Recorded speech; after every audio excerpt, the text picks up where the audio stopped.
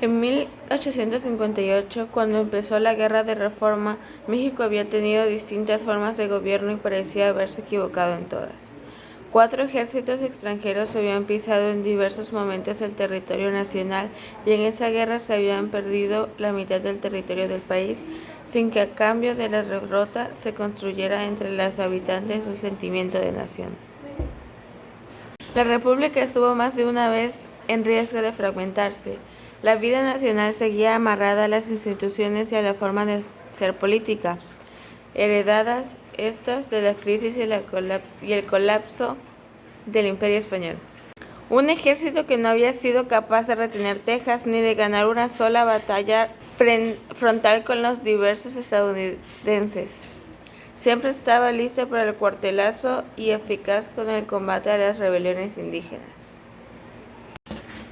Si la política estaba controlada por el ejército, otra institución colmada de fueros y privilegios controlaba aspectos fundamentales en la vida pública y la quinta parte de la riqueza nacional: la Iglesia.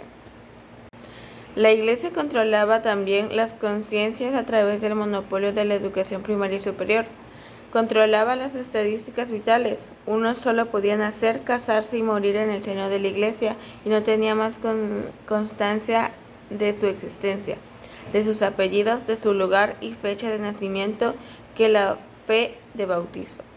A través del control de las estadísticas, la Iglesia controlaba también los procesos electorales, pues únicamente los párrocos sabían quiénes eran mayores de edad y quiénes vivían en cada barrio, por lo que los comicios se realizaban en las parroquias. La Iglesia recibía los diezmos y donaciones, única recaudación segura del país sin estructura fiscal. En una nación casi sin Estado, con tanto poder material acumulado, el poder espiritual de la Iglesia crecía y se formaba. La jerarquía exigía que las políticas públicas se trazaran siguiendo las instituciones, tutelando a los militares que ejercían nominalmente el poder.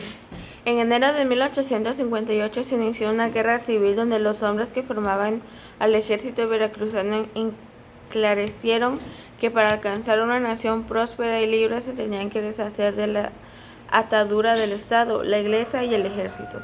Todo esto parece haber sucedido hace tanto tiempo que solo son palabras vacías sin ningún tipo de representación contemporánea. Sin embargo, ¿qué tanto poder sigue teniendo la Iglesia?